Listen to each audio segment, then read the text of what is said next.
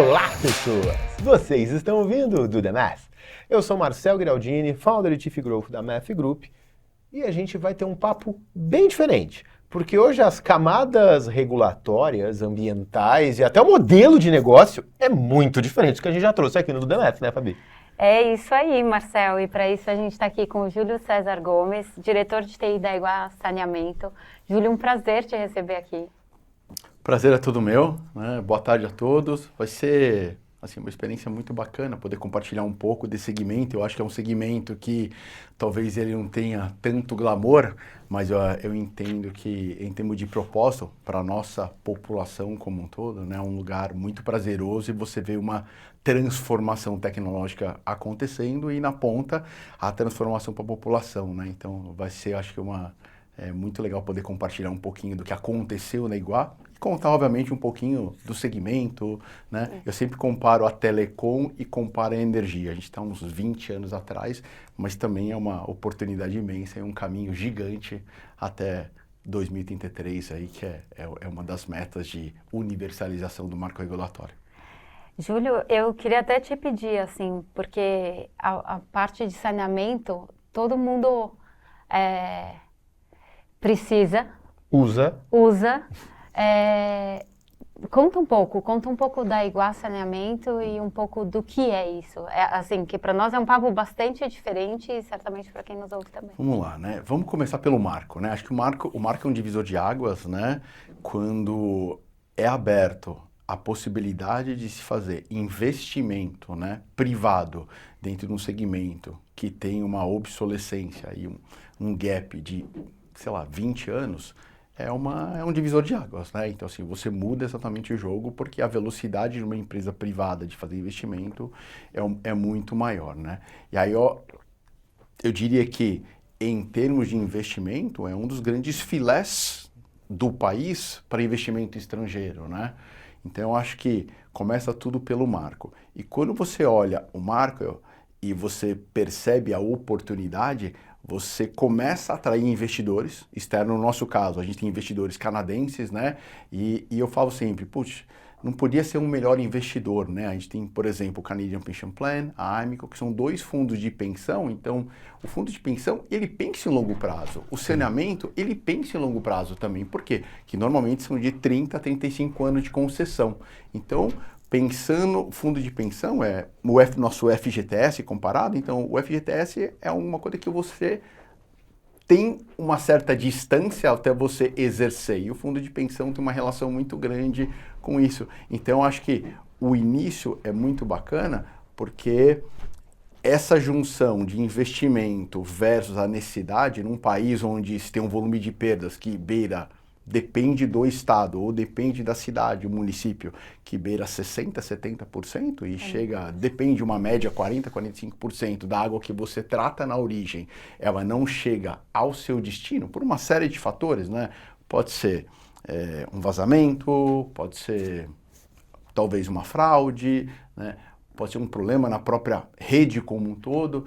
Então, abre uma janela de oportunidade gigante, né? E o que eu sempre falo, com um propósito muito bacana, porque o propósito que é o início, a sua pergunta inicial, de você poder levar tratamento de água, que eu acho que é o básico, e depois você poder conectar essas residências, condomínios, a indústria como um todo, a rede de esgoto, putz, o que a gente todo dia chega em casa, abre a torneira, tem água, toma um banho, esse tipo de coisa, para algumas pessoas não existe, né? Então eu acho que tudo começa por aí, por um grande propósito. E obviamente, para fazer uma transformação como ela, não dá para esquecer, né, e não contar com tecnologia. Seja tecnologia para olhar a parte corporativa e a parte operacional desse negócio. Porque, assim, dando só um exemplo, até mesmo, dos pilares estratégicos da Iguá, né? Então, assim, obviamente, a gente tem ESG como nosso pilar estratégico, tanto E, tanto S quanto G, não tem como não ser. A gente tem eficiência operacional, é um negócio de eficiência, onde você coloca dinheiro, mas cada real que você gasta, ele tem que estar, de alguma forma, gerando resultado para a população e, ao mesmo tempo, para quem está colocando dinheiro, que é o acionista, ele quer retorno.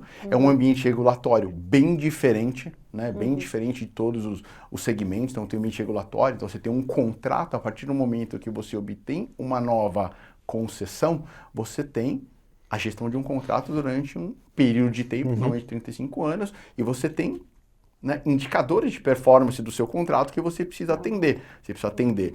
Imagina que você pegou uma concessão com, sei lá, 40% de esgoto e 60% de tratamento de água, no final do contrato você tem que entregar 90% de tratamento de esgoto e 99% de tratamento de água. É isso que o marco regulatório diz, né?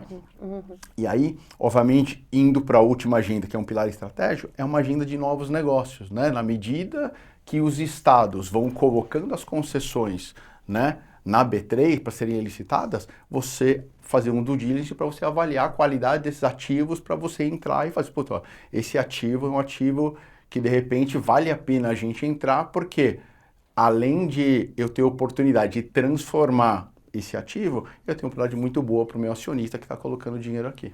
Você trouxe, né, você tem todo esse arcabouço, todo esse modelo, mas a tecnologia ali como um habilitador e um grande orquestrador para conseguir fazer tudo isso funcionar.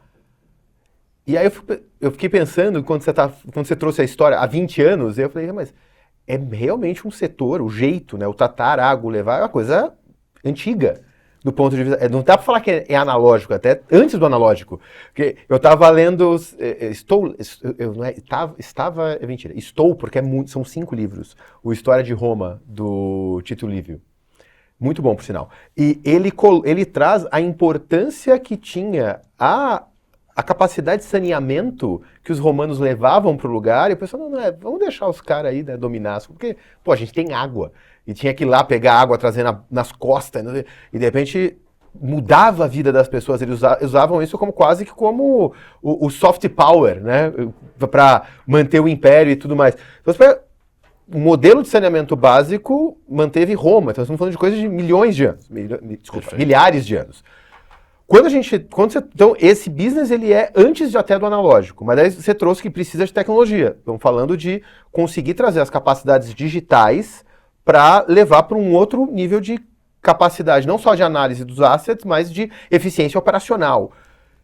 Eu tenho dificuldade de entender qual era o tamanho do desafio de fazer isso acontecer. Que acabou de sair o marco, né, 2020.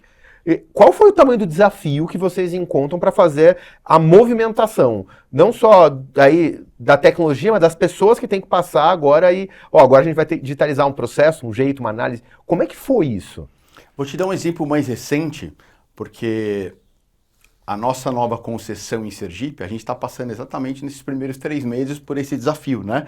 Então, obviamente, dentro do processo de due diligence, você encontra e você faz uma análise exatamente do que você vai ter que investir e quais são os principais dores, né, daquela região.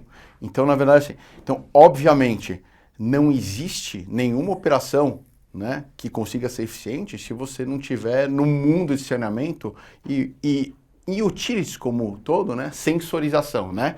Então, sensores para a gente, né, de diversas formas, você precisa sensorizar a sua rede. Então, primeiro assim, geolocalização. Quando você está falando de rede, você está falando da rede de dutos. Rede de água e esgoto. Rede de água e esgoto. Isso, exatamente, rede de água e esgoto. Então, você precisa... Então, assim, você tem um processo que é um processo que a gente chama de captação. A captação pode ser de um rio, ela pode ser de poço artesiano, ela pode ser de um lago. Então, a gente tem todo um processo onde você capta, trata, joga na rede, e o esgoto, você capta, trata e devolve essa água já purificada para a rede. Então, obviamente, para você entender o tamanho do seu desafio, você precisa... hoje eu tenho X% na minha rede sensorizada. E aí, quando eu falo sensorizada, você precisa ter controle de vazão, você precisa ter controle de vibração para você entender, você precisa ter sensor para medir qualidade de água, qualidade de esgoto. Então, sim, são centenas de sensores. E aí, quando eu falo de sensores, eu falo a gente chama de um centro de controle operacional. Então, todas as nossas operações, ela tem um CCO.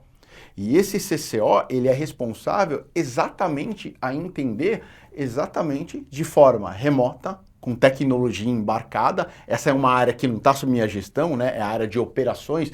é o COO da companhia que faz essa gestão e a gente, obviamente, está conectado como tecnologia, como dados, como infraestrutura para fazer tudo isso funcionar, mas é responsabilidade e autonomia, né, da área de operações para poder gerenciar essas redes. E, obviamente, o intuito do investimento é você aumentar a capilaridade dessas redes e fazer com que elas cheguem, né? Por exemplo, imagina um desafio. Você chega num lugar onde 40% de tratamento de esgoto. Você vai ter que construir uma ou duas estações de esgoto para poder capturar de determinados bairros ou cidades aquele esgoto para poder ter capacidade de tratamento. Então, assim, a expansão dessas redes para você poder construir esse monitoramento, eu vou chamar até de uma outra palavra, essa observabilidade, né, em termos de automação, é uma das primeiras atuações que a gente tem que fazer para poder atender a população de forma adequada. Imagina que a gente chega em Sergipe, estou dando exemplo, nossos primeiros 3 meses a gente tem um plano de 100 dias,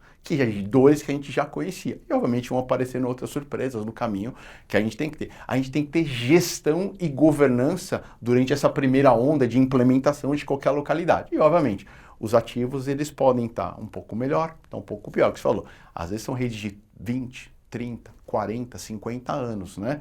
E algumas estão prestes a dar algum tipo de problema, e na medida que a gente vai abrindo, a gente vai sensorizando, e aquilo que é novo, a gente vai construindo dentro de um novo padrão, né? Chega num lugar, tu entende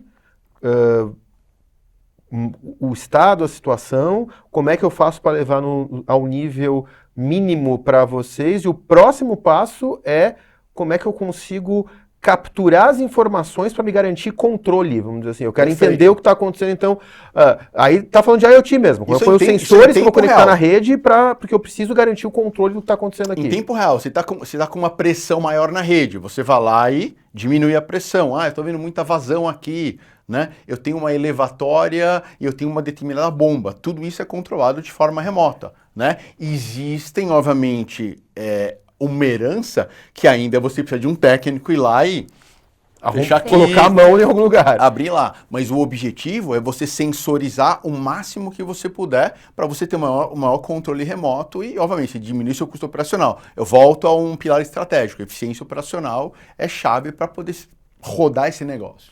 Júlio, você falou de governança, dessa parte de controle, e até no alinhamento a gente falou, né, que a Iguá Saneamento ela não é uma empresa tão antiga, né? A gente está falando aí 2016, 2017. Né?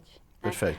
Então, como que é a sua experiência lá e na sua visão quando você entra, principalmente quando a gente fala da área de tecnologia, né, numa empresa mais nova? É diferente de você entrar numa empresa que tem sistema legado e uma série de coisas. Como foi isso? Vamos lá, assim, vai parecer até uma brincadeira, né? Mas quando eu fui contratado, a conversa com o CFO e com o presidente foi mais ou menos assim, olha, assim, a gente está fazendo uma grande transformação, a companhia já fez a sua primeira rodada em termos de, chamado de turnaround, né? Criar a governança corporativa, novos executivos tinham sido trazidos, e chegou a hora de TI. Eu preciso fazer uma grande transformação. E a TI é isso aqui. Ele pegou uma folha em branco, né? E falou assim, puxa, e na hora que ele falou isso, eu quero. Porque assim, eu adoro esse tipo de desafio, né? De você ter autonomia. Que CIO, né? Que diretor, que executivo de TI não quer pegar um lugar onde você pode deixar sua marca, você pode fazer uma transformação gigante. E esse foi um pouquinho do que eu recebi lá. E, obviamente, eu tinha algumas missões, né? Então, assim, para contar um pouco rapidamente, né? Assim, eu entrei em agosto de 21 e a gente tinha acabado de ganhar o leilão do bloco do Rio de Janeiro, né? Um dos blocos, né, que contempla a Barra da Tijuca, Jacarepaguá, Recreio, é nosso. E a gente acabou de ganhar. Então, a gente precisava construir uma nova arquitetura tecnológica que suportasse novas capacidades de negócio, né? E essas capacidades de negócio conectassem com a estratégia. Então, o desenho partiu exatamente daqui. Como é que a gente consegue, né, ir no mercado? Eu sempre gosto, reuse before buy ou buy before build, né? Então, assim, esse é um pouco do que a gente adotou. Então, a gente foi no mercado buscar essas capacidades de negócio que estavam conectadas com esses 4 pilares estratégicos. E aqui, quais são as tecnologias que nós vamos utilizar? Essa era a primeira. Vamos chamar que é um PDTI, é um projetor de tecnologia da informação. Um outro pedaço era montar um novo modelo operacional de TI. A TI que trouxe a Iguá até ali, que naquela época eram 13 pessoas, não era a TI que levaria a gente para o futuro. Então eu chamo de IT Operating Model, né? A gente fala de um modelo operacional de TI diferente. Em meio exatamente uma crise de cibersegurança gigante, sabia que precisava montar um bom PDSI, então era outra. E junto com isso, a gente precisava desenhar o plano, conectar todas essas capacidades de negócio através das tecnologias que a gente estava comprando, para que no dia 7 de fevereiro, entre 21 e 7 de fevereiro, tivesse tudo isso rodando, né, para suportar os principais processos da companhia. Obviamente, como negócio, né, como negócio de saneamento, obviamente, faturamento, billing, atendimento ao cliente é core business, né? Toda a parte de operações de campo também é nosso core business. E não menos importante, toda a parte de back-office, folha de pagamento, finanças de quando tinha que estar pronto. Então, esse foi um pouco do desafio de ter montado isso. E a boa notícia, né, já tentando dar um spoiler, é que tudo deu certo dia 7 de fevereiro. A gente virou todos os sistemas corporativos da companhia, e não foram poucos, né? Então a gente virou Salesforce, a gente virou Oracle TOA, a gente virou SAP, a gente virou Ariba, a gente construiu um novo barramento de APIs, a gente usou um modelo que a gente chama de desacoplado, né? Onde a gente pegou o que tinha de melhor no mercado e usou o nosso billing como o nosso grande coração e conectou ao redor do barramento de APIs, sempre conectado com o billing. E esse template é o que a gente tem usado até os dias atuais para poder colocar em todo o nosso negócio. Vou deixar só um convite para quem gostou da tua visão de reusar, né, comprar ou construir o Use before buy, buy before build, né? Buy before build. A gente fez uma conversa muito legal aqui com o CIO da Aspen Farmacêutica, exatamente sobre como é que ele faz para tomar essas escolhas, porque tem momentos ali que coisas que, cara, isso daqui é para ajudar a pesquisa de molécula. Isso aqui eu não posso, isso aqui é meu, é muito... Tirando esses casos, a gente tem que pensar em como é que faz mais rápido e mais barato. Então, quem gostou e quer pensar um pouco mais isso, porque eu vou explorar outro ponto que tu falou. Por isso que eu tô... Então, quem quer ver isso, tem outro podcast. Aqui eu vou explorar outra coisa. Porque eu gostei como tu falou, a gente tem algum legado que tá aí, mas entenda como uma folha branca, porque o que eu preciso é conseguir criar algo que converse com a estratégia da companhia. Perfeito. Né? Eu acho que esse movimento é interessante. E não era uma folha branca, porque quando você pega a operação existe, né? Ela tá lá, ela tem coisa, então ela tem desafios para acontecer. Na tua visão, o desafio para fazer a TI passar a se enxergar menos como infraestrutura, não que seja menos importante, mas menos responsável como infraestrutura e mais responsável como um vetor estratégico que traga eficiência para o negócio, ele é mais difícil com a alta gestão ou ele é mais difícil com os times de tecnologia que costumam se ver como infraestrutura? O que tu acha? Eu acho mais difícil com a alta gestão, mas fica muito mais fácil com a alta gestão quando você tem um CEO e um CFO que conseguem entender exatamente o papel da tecnologia dentro da companhia. E aí, assim, o meu modelo de pensar é sempre que problema que você quer resolver, né? Então, assim, qual o propósito, assim, quando eles falam em alguma tecnologia, né? Vou dar um exemplo de IA, né? Assim, a gente quer utilizar IA aqui. Legal, mas o que você quer resolver com IA? Qual que é o propósito de você usar isso aqui, né? Às vezes você precisa aprender a andar de bicicleta. Você não precisa aprender a andar de avião, você entendeu? Então, eu acho que quando você tem um CEO que te dá pelo menos a abertura para você colocar, eu acho que fica um pouco mais fácil. Mas, obviamente, o convencimento para cima é mais difícil do convencimento para baixo. O convencimento para baixo, eu acho que ele vem muito de você dar oportunidade e escutar a equipe de TI como um todo e trazê-la junta, né?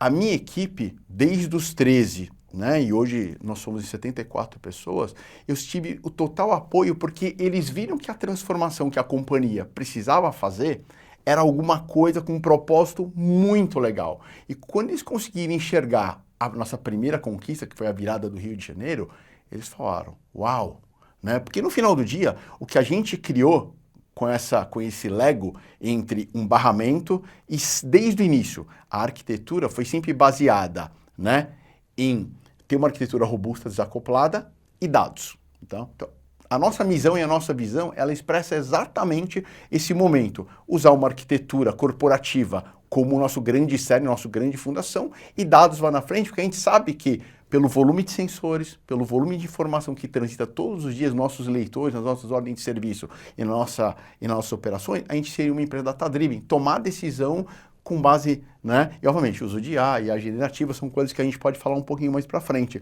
Mas eu acho que a equipe vem junto, quando ela vê uma luz no final do túnel, eu acho que é mais fácil de convencer. Agora, se você aqui em cima não tiver o patrocínio ideal, mesmo que ele te provoque e ele vai esticando a corda devagarinho até ele ver o primeiro resultado, eu acho que aqui o convencimento é um pouco mais difícil.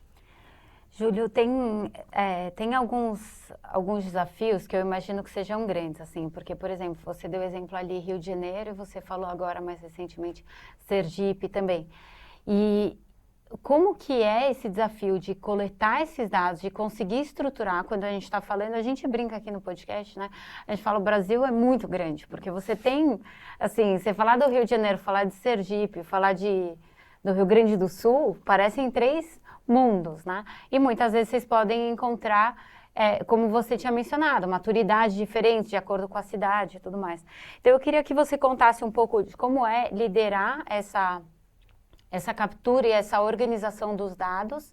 E eu lembro no nosso papo de alinhamento que você comentou sobre os hidrômetros inteligentes. Eu queria que você falasse um pouco, porque isso tangibiliza muito o que é você traduzir essas ações ou essas ocorrências em dados e o impacto disso. Perfeito, vamos lá. Então, assim, passada essa fase do que eu chamo de playbook, de M&A playbook, a gente tem um playbook, né? Que é o playbook transacional da companhia, né? Então, quando você tem dados transacionais e as suas operações, ela inserem dados todo dia lá, eu falo que você tem uma base de dados estruturados, porque você tem banco de dados por trás. Legal. O que a gente teve a gente já fez, já em 22, que eu chamo que é o Data Lake 1.0 e a gente entregou em dezembro de 22, né? Então, assim, a companhia estava ansiosa por tomar decisão com base em dados, ansiosa, né? E, obviamente, a gente está todo dia na rua fazendo leitura, executando ordem de serviço, todo dia lendo sensores. Então, o volume de dados que a gente tem na rua é muito legal. Então, qual que foi a primeira, né, a primeira onda? A primeira onda é a gente, de fato, montar um projeto na companhia, vamos montar até uma estratégia, né, de 8 pilares, onde a gente colocou dentro desses 8 pilares, assim, democratização dos dados é um pilar, né, sensorização é outro pilar, e aí a gente pega um framework de mercado, que é o Damaboc, e a gente, olhando o Damaboc, né, a gente traz esses 8 pilares para a gente conseguir democratizar. Então, a gente parte de uma jornada onde a gente não tinha cultura de dados, cultura era um dos pilares, e, obviamente, para a gente criar a cultura, a gente tem que treinar as pessoas e você vai ter do analista de dados até o cientista de dados. Como é que a gente traz esses diferentes skills para dentro da companhia e cria alguns casos de uso para fazer com que as pessoas comecem a fazer os seus primeiros algoritmos, até os seus primeiros dashboards para poder olhar os dados. E aí, com tudo isso, com um plano mapeado, usando o Damaboc como pano de fundo, a gente contrata uma tecnologia de nuvem, né? A gente cria uma cultura de dados onde desde o início, isso é um negócio muito legal de comentar, porque a maioria das empresas não fazem isso, onde TI tem a responsabilidade de buscar nesses sistemas transacionais com base nas necessidades de negócio, de tomar decisão com base em informação, a gente faz a ingestão, a gente armazena o dado, a gente prepara o dado. A hora que você chega na camada de visualização, quem faz isso são as áreas de negócio. E a gente preparou a companhia. Hoje, TI não faz um dashboard na companhia. Então, a gente é totalmente autosserviço. O que você precisa? Você precisa que o dado venha do nosso PLC, do nosso SCADA, do nosso Schneider, que venha do nosso sistema de leitura, de faturamento, e você precisa, qual a periodicidade desse dado? Precisa desse dado, dessa periodicidade aqui, legal. Você precisa de algum sensor de IoT, eu vou comentar, eu preciso aqui também. E a gente joga esses dados na camada bronze, na camada prata, e as regras de negócio são criadas pela área. E aí, a nossa evolução em termos de dados foi exatamente nessa mudança de cultura, Fabi, para a gente conseguir, de fato, acelerar a nossa jornada em termos de ingerir os dados, prepará-lo, deixar disponível e você, no modelo de autosserviço, vem aqui e consome. Assim você tem muito mais vazão. Então as áreas começaram a criar as suas áreas de ciência de dados e cada um começou a se servir desses dados e a evolução foi muito grande, né? Quando a gente fala de hidrometria digital, que é o que você me perguntou, a gente deve ter hoje por volta de 30 mil hidrômetros, tá? Você me pergunta, mas o Brasil vai ser um dia 100% hidrometria digital? Não, não vai ser. Porque o custo de ter um hidrômetro ainda é alto para se colocar, por exemplo, numa conta que a pessoa tem tarifa social. Então, investimento. Então, no nosso caso, a gente usa hidrometria digital para aqueles clientes que a gente chama de igual a mais, por exemplo, que ele tem um determinado consumo em metros cúbicos e a gente coloca. Porque aí, pelo nosso app, ele consegue ver dados de consumo dele, vazão, né?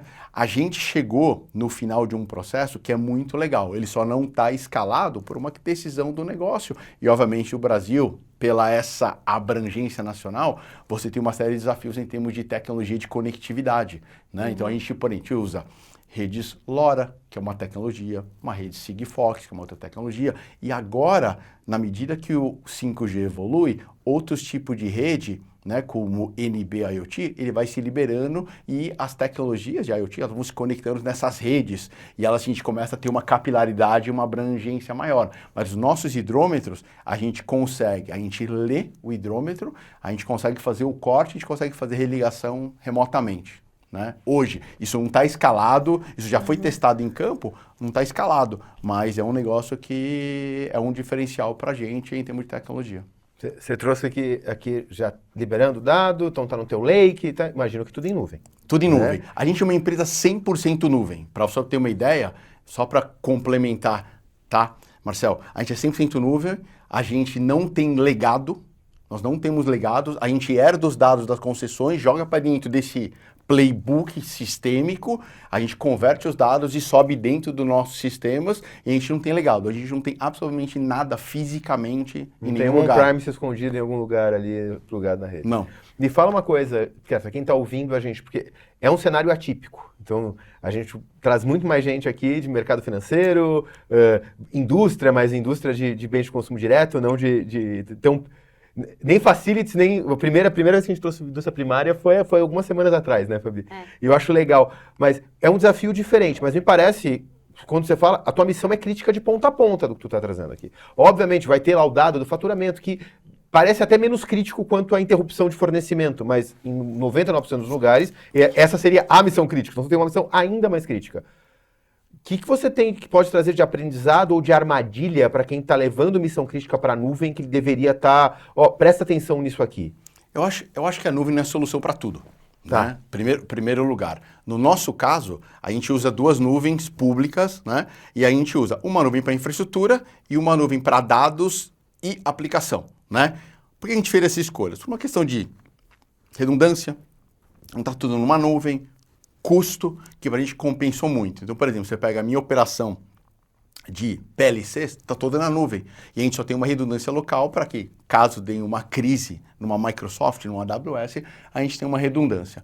Quando a gente avaliou, né, o custo de se manter um data center, né, e obviamente o meu legado, quando a gente converteu para a nuvem, eu não tenho um mainframe, pegando como exemplo, né? Então, assim, é diferente. Eu não tenho, por exemplo, um AS400, tecnologias mais obsoletas, né? Então, para a gente tomar a decisão de ir para a nuvem, pensando que o meu modelo de negócio exige uma velocidade muito grande. Então, pense o seguinte, do momento que eu ganhei uma licitação, eu tenho 6 meses para colocar essa operação para dentro. Você imagina o que é virar uma operação de um estado inteiro em 6 meses? Uma operação de guerra, né? Então, o meu mindset, né? A gente precisa abrir torneira, fechar torneira. Agora eu preciso comprar um storage, agora eu preciso comprar disco, agora eu preciso comprar servidor, agora eu preciso comprar memória, agora eu preciso instalar tudo isso. Não.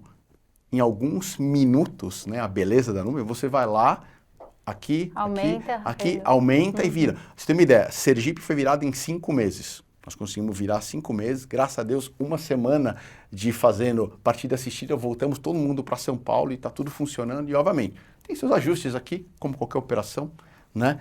No geral, tudo funcionando. Então, eu acho que você tem que encontrar o propósito e todo mundo fala a história do lift and shift, né? Assim, lift and shift, vamos pegar essa aplicação e vamos converter para a nuvem. Nem sempre funciona para tudo, a minha visão. Tem a história dos 7 R's, né? Que você olha de ponta a ponta, cada caso. Olhando os 7 R's, eu acho que você tem que olhar um pouco da sua arquitetura e entender. Eu acho que a maioria convive bem com um modelo híbrido, parte no data center e parte na nuvem, mas no meu negócio, eu pensando no meu modelo, que é um modelo praticamente de M&A, né, uma teta de MD&A, porque a gente também faz divestiture, né, a gente separa negócio, a gente vendeu 8 negócios, né, há cerca de 6 meses mais ou menos, eu acho que faz muito sentido para mim. Então, o meu conselho, né, assim, você tem que primeiro olhar para a sua arquitetura e onde, por exemplo, vou dar um exemplo, né, assim, sei lá, ambientes nervosos, como e-commerce, né, como varejo como um todo, é um pouco mais complexo de você manter tudo na nuvem. Então, assim, no meu caso, por exemplo, a minha operação no dia a dia, eu tenho um leiturista com celular, ele está na rua, ele vai lá no hidrômetro, levanta a tampinha, tira a foto, joga para o meu billing, né, processa isso na nuvem.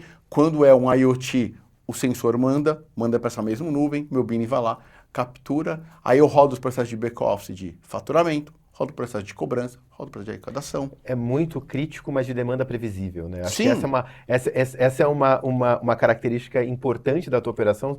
Se tu tem alto volume de dados, sim, você sabe quando, onde, de qual origem, quando vai acontecer, né? Ele é mais previsível, apesar de ser mais crítico. E eu rodo offline uma parte. E uma parte offline, verdade. Entendeu? Então eu não preciso de tempo real para algumas coisas. Então eu acho que tem que observar muito, né, o seu modelo de negócio para você poder falar assim, olha, não, a nuvem é a solução de todos os problemas. Eu não acho que a nuvem é a solução para todos os problemas. Eu acho que cada um tem que avaliar, né? Assim, para mim, para infraestrutura, para mim é maravilhoso, não tenho o que reclamar. Para dados, não vou nem falar, para mim, para aplicação, eu acho que caso a caso. Eu não imagino, por exemplo, pegar meus dados hoje, todos que estão na nuvem, e trazer para dentro de uma tecnologia de data center, por exemplo. É um investimento muito alto. Muito alto. Júlio, você comentou também sobre essa questão de, na área de tecnologia, fazer a ingestão desses dados, fazer o tratamento desses dados e disponibilizar esses dados. E você falou, hoje a área de tecnologia não cria nenhum dashboard, né? E, como você bem mencionou, não são todas as empresas que já estão nesse caminho. É um movimento que a gente vê essa aproximação da área de tecnologia com as áreas de negócio, mas ainda tem empresas nesse caminho, digamos assim, né? E você passou por outros segmentos também. O que você diria que são os principais ganhos deste modelo, né? E, de repente, até, às vezes, ou não tiveram tantas barreiras por ser uma empresa mais jovem, que já nasceu com mais páginas, né, em branco e não tantas amarras, versus, de repente, alguma outra experiência sua que você fala, tá, num modelo antigo era difícil, porque tinham, sei lá, certas barreiras. Como que é a sua visão sobre isso? Vou dar exemplo de culturas. Eu acho que tem a ver um pouco com cultura, né? Então, assim, quando eu chego para fazer essa transformação, né, a companhia tem que estar aberta, né, culturalmente para entender que, assim, lá atrás, sei lá, há 5 anos atrás, eu sei que a aproximação na tomada de decisão com base em dados era baixa na Iguá. Tá. Mas, então, você construir os casos de uso e você colocar para eles degustarem, para eles esticando a corda, acho que é super importante. E, obviamente, 2021, a gente estava exatamente num momento muito grande, né, onde as pessoas já acreditavam que a nuvem transformaria, que era um grande marco, né?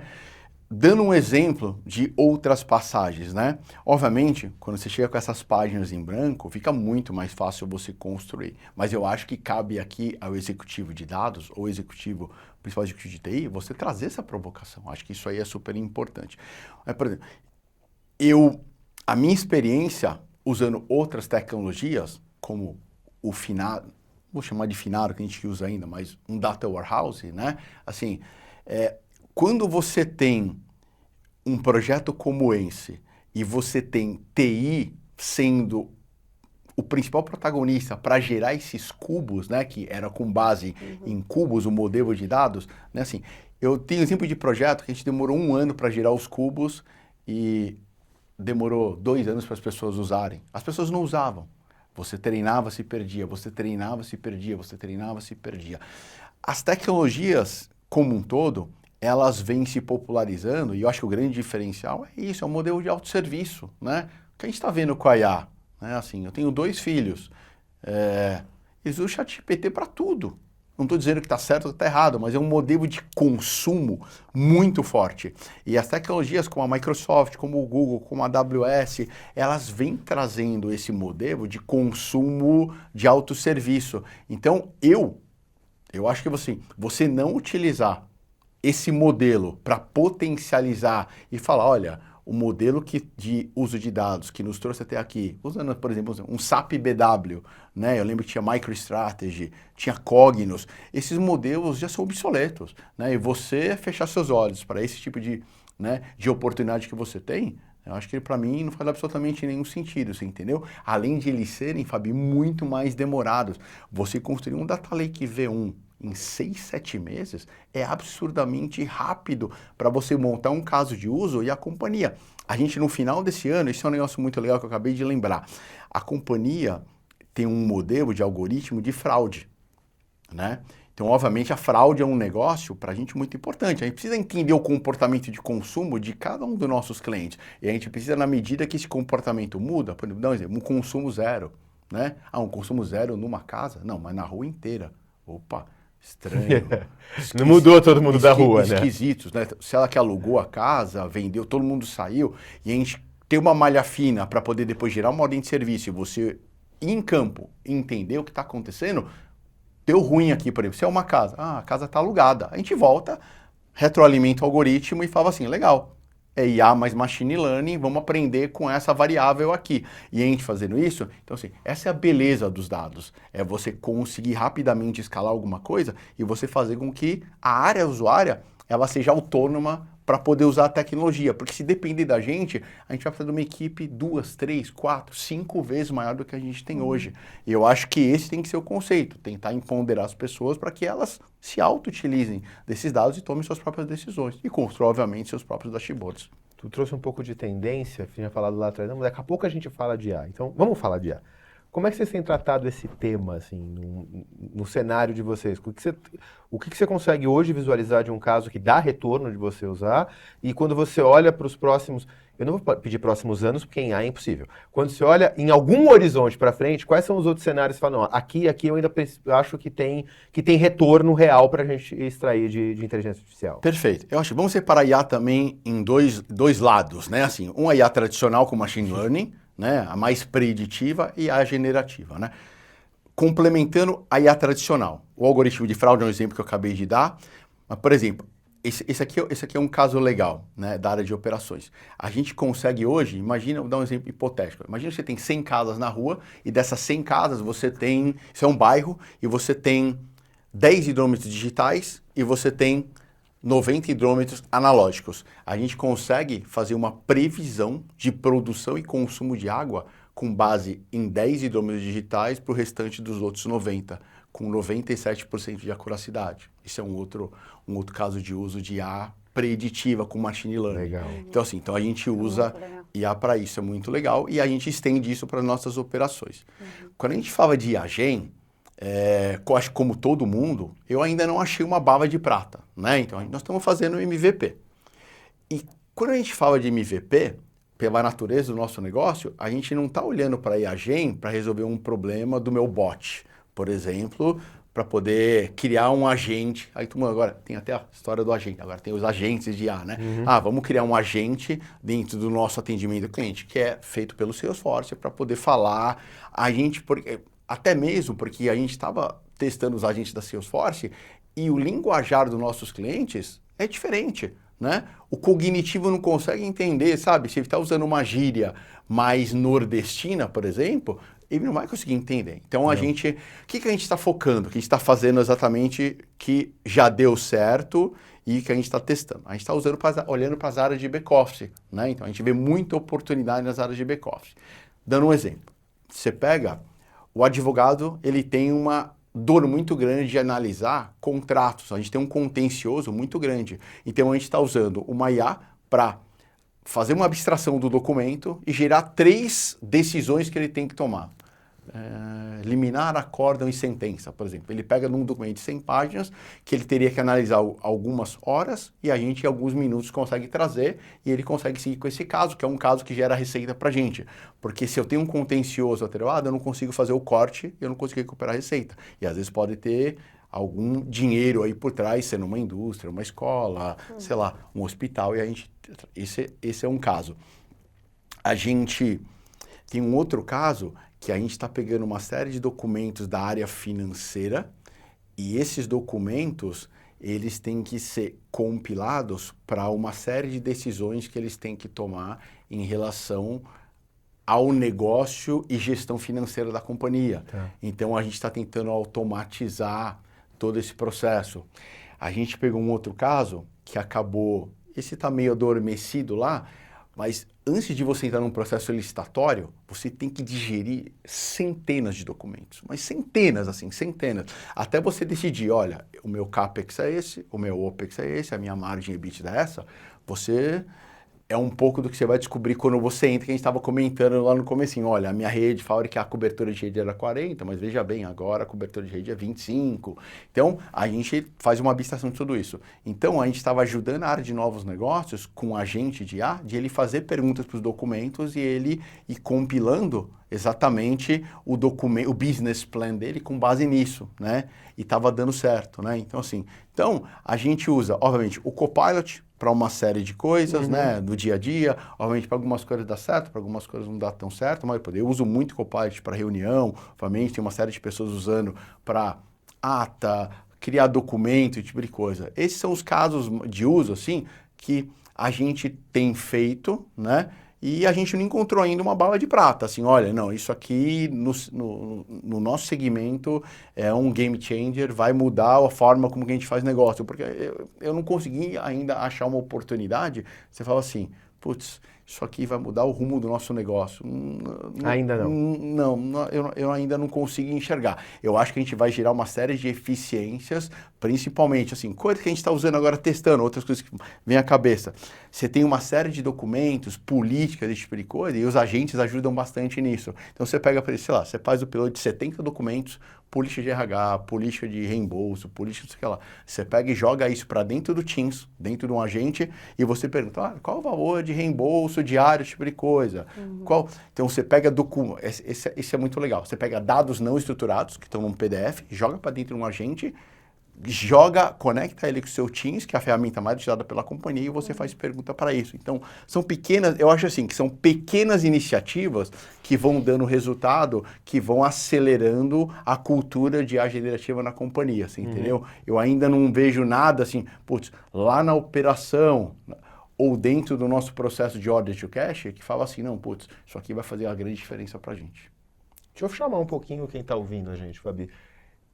Até agora, eu acho que esse programa está trazendo muita coisa, conectando muita coisa diferente. Então eu queria ajudar. Você que está tendo muito insight, cara, como é que eu me perdi? É muita coisa, a gente falou de muita coisa. Vou ajudar vocês com alguns conteúdos, alguns inclusive já estão aqui. Já falei da gente do programa de Build or Buy, e você trouxe agora um outro elemento que talvez tem gente que não passou ainda, né? Os agentes treinados hoje, os grandes agentes treinados por grandes empresas, pelas grandes Big Techs, eles foram treinados tudo em inglês. Na hora que eles vêm para cá, na hora que a gente vai tentar, eles não funcionam muito bem com a gente falando com eles. Então, vou dar uma olhadinha em 2 programas que a gente fez aqui. O programa com a Janaína do Bradesco, ela leva o tamanho do que é o problema do áudio, do falar, do quanto o brasileiro quer falar, eles estão tentando expandir o atendimento para voz, para a Bia poder atender por voz, e esse é o grande desafio. Dá uma olhadinha do programa que a gente fez com o Thiago Julien, quando ele veio falar aqui do Sales Assistant, que é o assistente que a gente tem na Math. E a gente testou esse assistente, inclusive tem um caso, quase um meme. Um dia eu vou chamar a Angélica para contar esse meme. Ela estava atendendo na feira, mas os meus vendedores falam tudo assim, trancado. Fala igual. Só o fato de ter sido treinado em português, ele falou tudo errado. Ela falou ele conseguiu entender e colocar no Salesforce uma informação que fazia sentido, sem ter que, né, redesenhar todo o modelo. E aí começa a entrar um pouco para alimentar de novo essa visão do Build or Buy, né? Eu acho que é interessante. Mas, eu vou dar mais, assim, hoje vai ter... Olha, eu tô com dó do editor depois de colocar todos esses links aqui embaixo. Eu vou deixar mais um. E esse, eu não sei se você se baseou no livro, mas para mim é impressionante como muito do que tu traz de modelo de raciocínio vem exatamente o modelo de raciocínio que a gente acha no Competição Analítica do Davenport. Porque ele traz exatamente... Você não leu esse? Então, eu acho muito legal, porque no Competição Analítica ele traz exatamente em como é que você consegue usar dados para achar alavancas de análise e dados para achar alavancas operacionais. E deixa claro que tudo isso é alavanca. É a tua operação e a cultura da empresa que usa a alavanca para gerar eficiência. Enquanto estava falando, para mim, é um exemplo muito claro do que o Davenport traz no livro. E é muito legal porque o Davenport só trouxe, obviamente, empresas gringas com os exemplos gringos, para nós gringas, para eles locais, né, mas para nós gringas. E eu pensei que você ia falar, não, é que a gente se baseou, porque tá muito parecido. Bem legal. Te aconselho a dar uma lida também, bem legal. Não, bacana. Obrigado pela dica. Eu sou um ex-Gartner, né? Então, assim, e aí, obviamente, o meu modelo, eu gosto muito do Gartner, porque ele me dá muitos insights. E o Gartner não é uma consultoria, ele é um advisory, né? Então, assim, você pega o conteúdo e se você quer fazer o deep dive, né, nesse conteúdo, você mergulha e você vai achar praticamente uma enciclopédia ilimitada para resolver algum tipo de dúvida que você tem. E se você ainda tiver uma dúvida, você pode falar com um expert, com um analista desse tipo de coisa. Então, assim, eu estou refazendo exatamente meu planejamento de 3 anos agora e exatamente eu acabei de recontratar o Gartner exatamente por causa disso. Por quê? Fazendo uma propaganda do Gartner aqui. O meu modelo, eu estive lá como 2 anos. A gente tem problema só com consultorias, que daí eles podem mandar se a gente joga o episódio do ar. O Gartner não tem Legal. Fica tranquilo. E aí, a gente... eu comprei exatamente porque eu estou refazendo o planejamento estratégico. E quando a gente olha, né, tudo que está acontecendo, e a gente falou diariamente, semanalmente, né, e a gente está junto com o PDTI, nós estamos construindo o PDIA, o Plano Diretor de Inteligência Artificial da companhia. Como é que eu olho para tudo que está acontecendo, acho problemas dentro da minha companhia e acho o propósito para aplicar IA, e o PDIA está inserido dentro do PDTI para resolver problemas de negócio e ainda tem uma solução para achar as tecnologias que você vai investir. Porque são centenas de tecnologias, entendeu? Então eu me baseio muito nessa direção. Gente, esse papo está muito bom e eu já tinha aqui mais perguntas e a gente vai ter que encerrar. E, Júlio, antes de encerrar, tem uma pergunta que a gente faz para os nossos convidados e eu queria saber, qual é o seu indicador de sucesso? Vamos lá, deixa eu refletir. Eu acho que ser um eterno inconformado, né? Com as coisas, né? E quando eu falo ser um interno inconformado, é você acreditar que dá para fazer diferente, né? Mesmo pegando o exemplo do nosso segmento, né? Com autonomia, né? Com empoderamento, você consegue fazer uma transformação, né? Com patrocínio, né? Então, eu acho que você está inconformado. E aí, tá vendo? Até meio clichê, né? Desafiar o status quo, né? Eu não estou dizendo que a Iguá está fazendo alguma coisa que usa a tecnologia da NASA. A gente não está usando tecnologia da NASA. Acho que a gente está fazendo um feijão com arroz direitinho. E, de novo, eu acho que a fundação é sólida, né? Então, a partir do momento que você tem uma fundação sólida, e aí eu volto a falar da arquitetura e dos dados, né? Eu acho que o modelo, né? O modelo é um pouco do modelo do Gartner, que eu chamo de RP pós-moderno, que é você pegar o que tem de melhor no mercado, nesse Lego, e colocar. Porque dentro do meu billing, dando um exemplo, eu tinha atendimento ao cliente. Mas por que você tirou? Eu tirei porque o Salesforce faz melhor. Eu tinha ordem de serviço dentro do meu billing. Eu tirei porque a Oracle Toa faz melhor. O back-office eu vou pegar o melhor que tem. Eu vou pegar SAP. Né? Então, assim, você escolher as tecnologias corretas. E para sustentar tudo isso, eu tenho que escolher um barramento de API que seja robusto, que a hora que ele começar a apitar, eu posso abrir torneira e eu posso melhorar a minha troca, minhas integrações. Então, acho que você está inconformado e tentar fazer um modelo diferente e também não ter isso na sua cabeça, achar que uma solução de ponta a ponta vai atender sua organização, eu confesso que eu não acredito nesse modelo. Eu acredito num modelo mais desacoplado, onde a construção tem que ser em cima de arquitetura corporativa. Muito bom. Quem gostou do papo, eu tenho certeza que muita gente gostou do papo, onde é que te acha? Qual é a rede que você publica teus pensamentos? Eu uso o LinkedIn, assim, eu não tenho Instagram por uma escolha, foco, porque eu acho que me distrai, e eu acabo usando o Twitter para ler notícia, mas aonde eu apareço um pouquinho mais, eu confesso que eu sou meio low profile, de vez em quando eu apareço, mas eu acabo usando o LinkedIn, que acho que é uma rede mais ligada ao que eu faço como profissional. Bom, muito obrigado. Obrigado de verdade por estar aqui com a gente. Mais uma vez, obrigado, Fabiana. E você que chegou até aqui, já sabe, curte, comenta, compartilha e vai lá 5 estrelinhas, por favor, no teu agregador de podcast, se você estiver apenas ouvindo, não estiver nos vendo no YouTube. Valeu!